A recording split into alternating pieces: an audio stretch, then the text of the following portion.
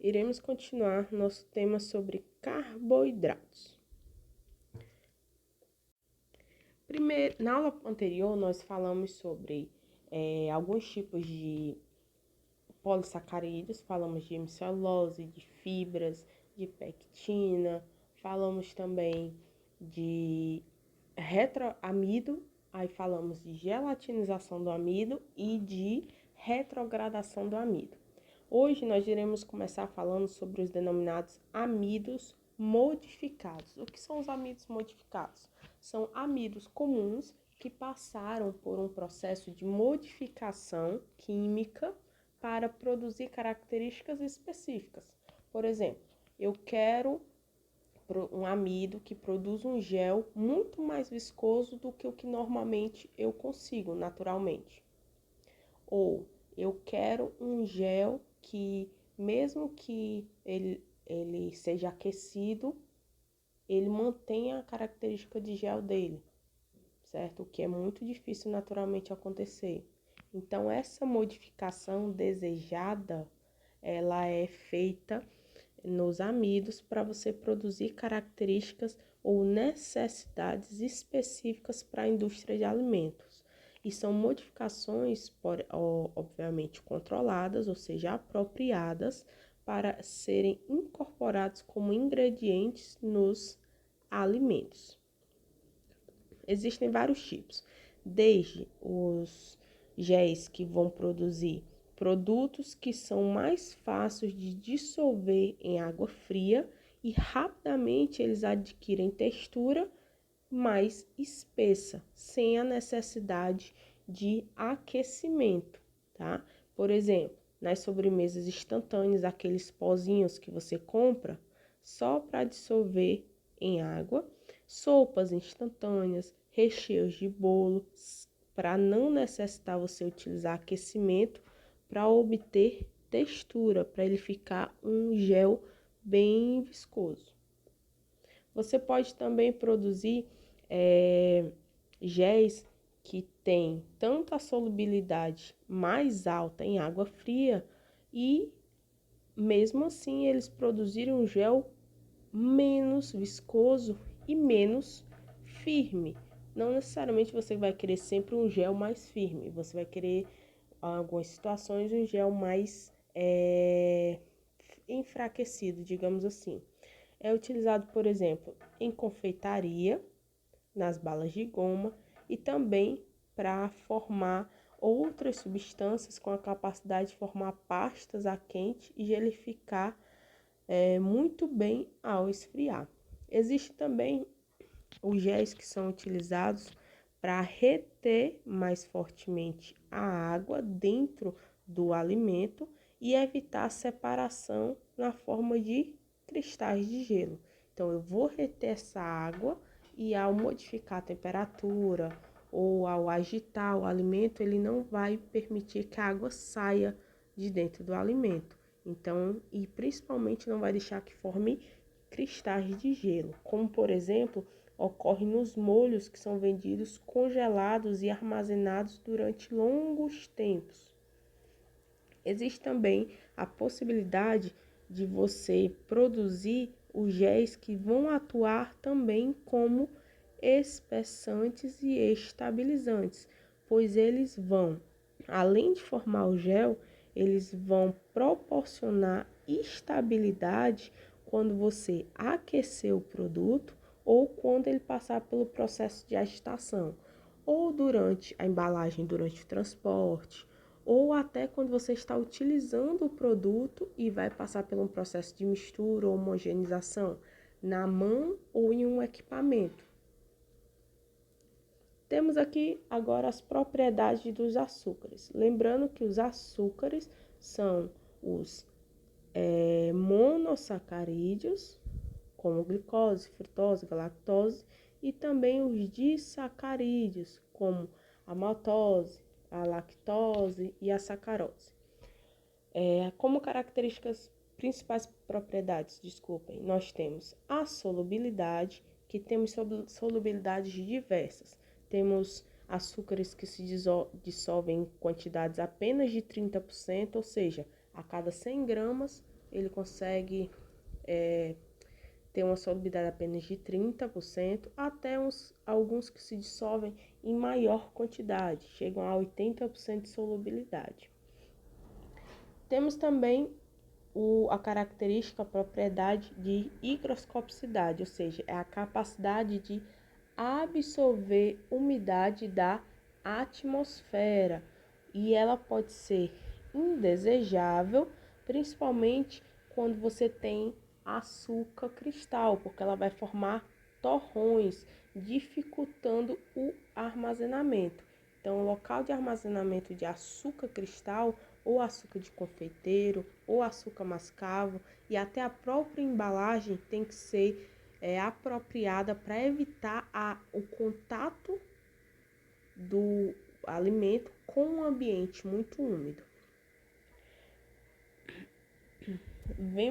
Temos também como propriedade dos açúcares a capacidade de produzir o sabor doce, o gosto doce, que é o poder do corante, certo? Aqui, em uma escala, óbvio que todos eles, os açúcares não têm a mesma capacidade, a mesma intensidade de sabor doce.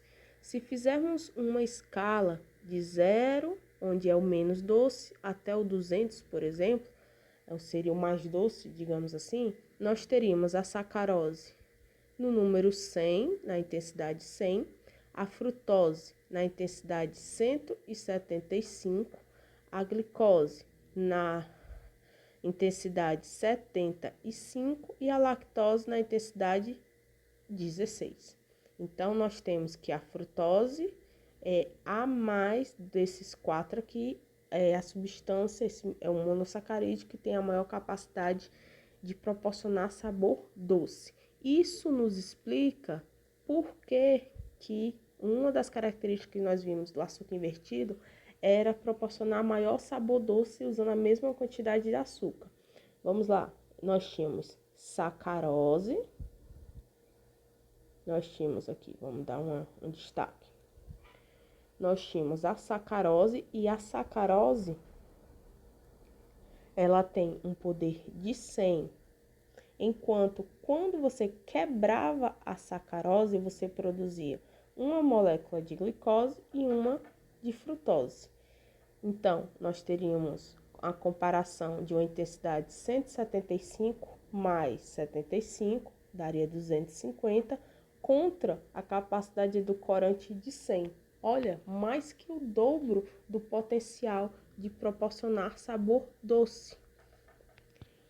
Nós temos também a propriedade de produzir cristais, que pode ser desejável ou indesejável. Desejável, como por exemplo na produção do açúcar industrial, esse açúcar comum que a gente utiliza para adoçar sucos, sobremesas, café, e pode ser também desejável em outras situações, como por exemplo na produção de sorvete, tá? E leite condensado. Se você produzir cristais, principalmente cristais de lactose, lembra, é um disacarídeo, principal açúcar do leite, ele vai produzir uma textura arenosa, então vai ter aquela sensação não de um produto leve e macio que o sorvete tem, mas sim de um produto arenoso. Nós temos como propriedades exclusivas dos polissacarídeos a capacidade de proporcionar viscosidade e a capacidade de formar géis. Como, por exemplo, nós vimos que o amido é o mais utilizado nesse processo. Temos, quando você passa por processamento do alimento, quando você aquece, quando você mistura, ocorrem reações entre as substâncias que compõem aquele alimento, ou seja, substâncias dos diferentes ingredientes daquela formulação do alimento. Uma dessas reações que podem ocorrer são as chamadas reações de escurecimento. Elas podem ser causadas por vários fatores, por vários tipos de reações, desculpe. Hoje nós iremos falar de duas delas, que são reações de escurecimento que não utilizam enzimas. Então, são reações não enzimáticas. Professora, mas o que é enzima? Será o nosso último assunto do ano. As enzimas são proteínas com a capacidade especial de agilizar e acelerar reações específicas. Veremos com mais cuidado, mas tenham em mente que essas duas reações, chamadas uma delas de caramelização e a outra de reação de Maillard, leia como fale como você lê aqui, não tem problema. São reações de escurecimento. E o que é que acontece? Essas reações, elas podem ser desejáveis. Deixa eu apagar aqui, trocar de cor para vocês visualizarem melhor. Elas podem ser desejáveis, como por exemplo, na parte da casquinha do bolo, nos biscoitos, nos pães, nas carnes assadas, amendoim, cafés torrados, cervejas escuras. E pode também ser indesejável em outros tipos de alimentos, como em produtos desidratados. Quando você desidrata uma fruta e ela fica com a coloração escura, não é o ideal, certo? Porque não é agradável para o consumidor, não é característico do produto para o consumidor. Diferente, por exemplo, do café. O café, você espera um café escuro, você não espera um café verde, certo? Você espera que o bolo tenha uma coloração mais dourada, mais marrom na casca, na parte externa, assim como a casca dos pães. Porém, em produtos desidratados, no leite em pó, no ovo em pó, sim, existe ovo em pó. A indústria de alimentos, ela trabalha o máximo possível com produtos em pó, porque como nós vimos na aula de água, quanto menos água, menor a perecibilidade e maior é o prazo de validade do produto. Pescados salgados e secos, e também não é desejável em sucos de frutas. Imagine você comprar um suco de laranja e ter vários pontinhos pretos, ou ela tá totalmente escurecida sem a cor de laranja. Então, essa é uma reação que nessa situação é desagradável. Dois pontos que vocês têm que entender que diferenciam. As duas reações produzem colorações, substâncias com nomes esquisitos, certo? Que tem a característica geral de produzir coloração escurecida. Na reação de Maillard, nós temos açúcares, que são carboidratos, e aminoácidos, que vão compor as proteínas, nosso próximo assunto, tá aqui, ó, proteínas, que com tratamento térmico, ou seja, aquecimento, calor, vou colocar aqui calor, vai produzir substâncias de coloração escura, que o grupo se chama melanoidinas. Não é melanina, melanina é na nossa pele. Aqui é melanoidinas. Então, quando eu tenho um alimento ou um ingrediente que ele tem aminoácidos, que vão compor as proteínas, e tem açúcares, determinados tipos de açúcares, após aquecer, ele vai produzir a coloração escura. Mas não é qualquer temperatura, tá? É uma determinada temperatura. Nós temos também, deixa eu só voltar aqui. Aqui. A reação de caramelização. Na reação de caramelização, o que é que acontece? Na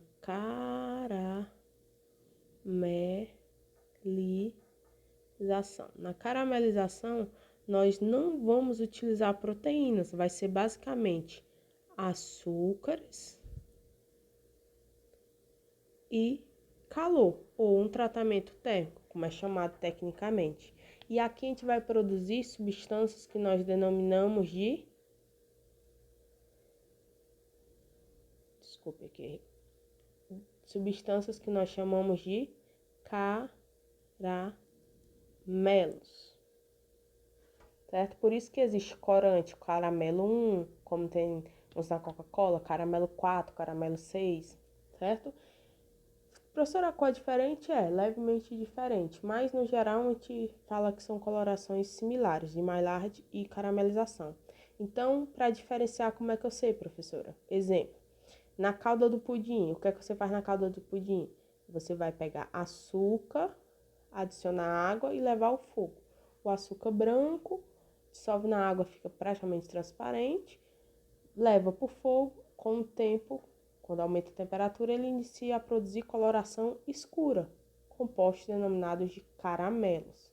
Já quando eu tenho, por exemplo, uma casca do pão, que o pão contém proteínas da farinha, contém açúcares que são adicionados tanto na formulação como os açúcares da própria farinha, mas o aquecimento do forno, quando você está assando o pão, com o tempo ele vai produzir uma coloração escura na parte externa, que é o que a gente chama de casca.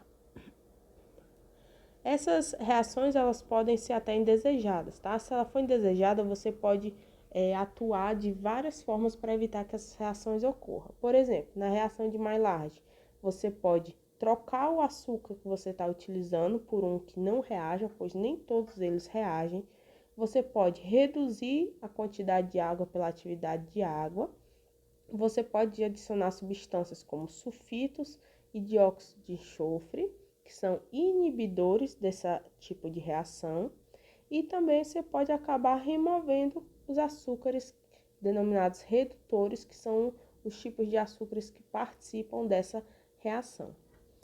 Aqui, revisando, quando é a reação de caramelização, você tem açúcares mais temperatura e vai produzir o chamado corante caramelo. E como revisão final, nós temos aqui as reações de Maillard. Ela necessita de um carboidrato, um açúcar, necessita de proteína, é favorecido quando a formulação do ambiente ela é mais por pH básico ou alcalino e produz um grupo de substâncias denominadas melanoidinas. Já a caramelização, ela precisa de açúcar, não precisa de presença de proteínas, tanto faz ser meio alcalino ou básico, o pH não vai influenciar e vai produzir substâncias denominadas caramelo. E ambas não têm influência nenhuma quanto à presença ou à quantidade de oxigênio. Como nós iremos ver nas alterações dos lipídios, a presença de oxigênio dentro da embalagem ou dentro do ambiente de armazenamento desses produtos influencia e muito nos processos de produção de ranço, aquela rancidez dos lipídios. Aqui, nessas reações de escurecimento, nessas duas, não há influência.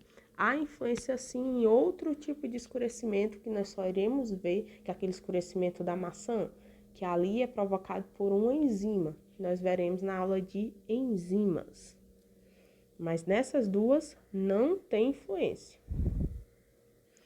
Bom, que as referências que nós estamos utilizando nessas aulas de carboidratos. Peço a vocês que revejam o material, enviem suas dúvidas, resolvam os exercícios, participem dos fóruns e até a próxima aula.